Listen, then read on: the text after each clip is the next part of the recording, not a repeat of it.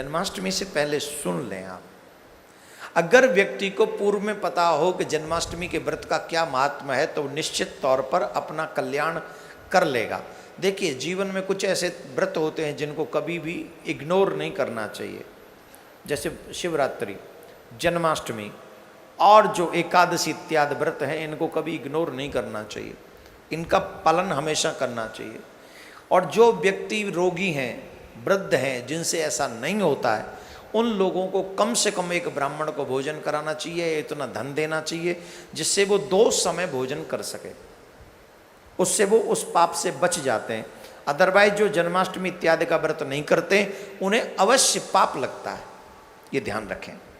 एक और बात है जो बहुत जरूरी है, सुबह सूर्य उदय से पहले उस व्यक्ति को उठ जाना चाहिए जो जन्माष्टमी का व्रत करे। सबसे पहले स्नान करके संकल्प करना चाहिए। उस संकल्प में ये ध्यान रखना चाहिए कि ये कहे कि मैं ये जो व्रत है, जन्माष्टमी का व्रत है, मैं अपने भगवान को मनाने के लिए, श्री कृष्ण की कृपा पाने के लिए ये व्रत कर रहा हूँ। और पूरे दिन उसे कुछ ग्रहण नहीं करना चाहिए। और एक बात ध्यान रखें, जन्माष्टमी के व्रत का पारायण रोहिणी नक्षत्र में कभी नहीं करना चाहिए, कभी नहीं। कई बार ऐसा होता है कि रोहिणी नक्षत्र में हम उस व्रत का पारायण कर लेते हैं तो हमें पुण्य लगने की बजाय हमारे पूर्व के संचित जो पुण्य है वो भी नष्ट हो जाते हैं। जो व्यक्ति जागरण करके, जन्माष्टमी का व्रत जो व्यक्ति जागरण करके और पूरे 16 मात्र से पूजन इत्यादि करके, अभिषेक करके, पूरे ठाकुर के उत्सव मनाकर ये उत्सव को करते हैं, उनके संदर्भ में बहुत बड़ी बात जन्माष्टमी व्रत के महोत्सव के विषय में कही गई है। बताया गया है कि उसके जीवन के, जो व्यक्ति व्रत भी रखता है, जागरण भी करता है और उसे जागरण के साथ साथ पूजा इत्यादि महोत्सव, जैसे घरों में लोग पलंग क्या बोलते हैं उसे, झूला सजाते हैं और खिलौना लाते, माखन मिश्री का भोग लगाते, इसे कहते हैं उत्सव। जो व्यक्ति ऐसे उत्सव करता है और बड़े आनंद के साथ में उसको मनाता है और बड़े प्रेम पूर्वक उस उत्सव को मनाता है, उस व्यक्ति को 100 जन्मों के किए हुए पापों से तुरंत छुटकारा मिल जाता है।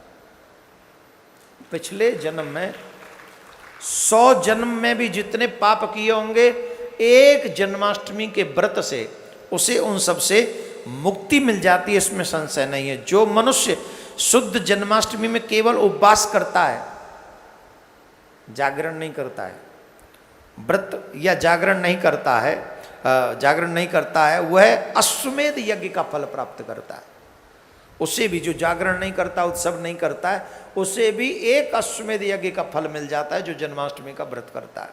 और एक बात बता दूं, जो लोग अपने पितरों को जन्माष्टमी वाले दिन जल देते हैं, तर्पण करते हैं, पिंडदान इत्यादि करते हैं, ऐसे लोगों के एक तर्पण से, जन्माष्टमी वाले दिन के एक तर्पण से, उनके जो पितृगण हैं वो 100 वर्षों तक किए हुए तर्पण के समान प्रसन्न हो जाते हैं।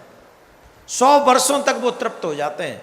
जो जन्माष्टमी के दिन कोई व्यक्ति अपने पितरों का तर्पण कर देता है, तृप्ति करता है, उनको निश्चित तौर पर ये 100 वर्षों तक पितरों की तृप्ति हो जाती है। तो उस दिन अपने पितरों का तर्पण किया बिना आप लोगों को नहीं रहना चाहिए, अवश्य उनको करना चाहिए।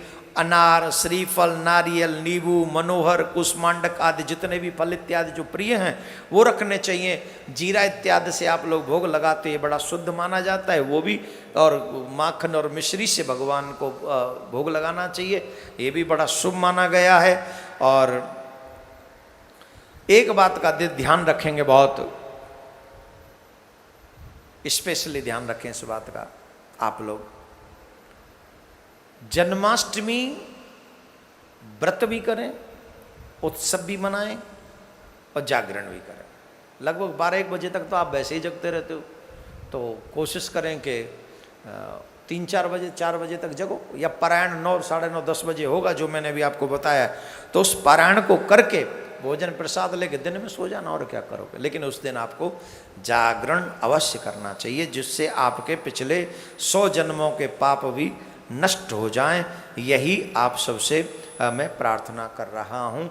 तो आप लोग, और एक बात, हाँ विशेष बात, जिनके पुत्र नहीं है,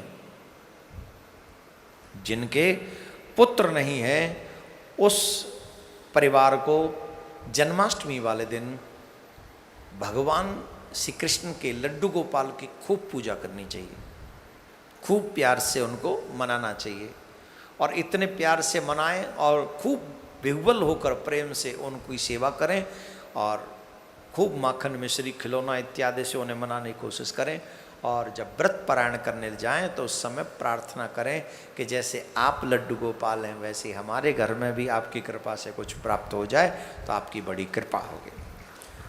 तो ऐसा अगर आप व्रत करेंगे तो निश्चित तौर पे जन्माष्टमी का व्रत, क्योंकि बहुत सुंदर योग बन रहा है इस जन्माष्टमी में, ये जो जन्माष्टमी है बहुत सुंदर योग बन रहा है। इसलिए जन्माष्टमी से पहले इस वीडियो को आप लोग सुन लो, अपने परिवारिक जनों तक सुना दो, और ज़्यादा से ज़्यादा जन्माष्टमी के उत्सव को धूमधाम से मनाओ, और व्रत भी करो और जागरण भी करो। भगवान आपकी मनोकामना पूर्ण करे। जिस मनोरथ के साथ आप ये जन्माष्टमी का व्रत करें, गोविंद आपकी मनोवांछित इच्छा को पूर्ण करके आपको आनंद प्रदान करे। राधे राधे।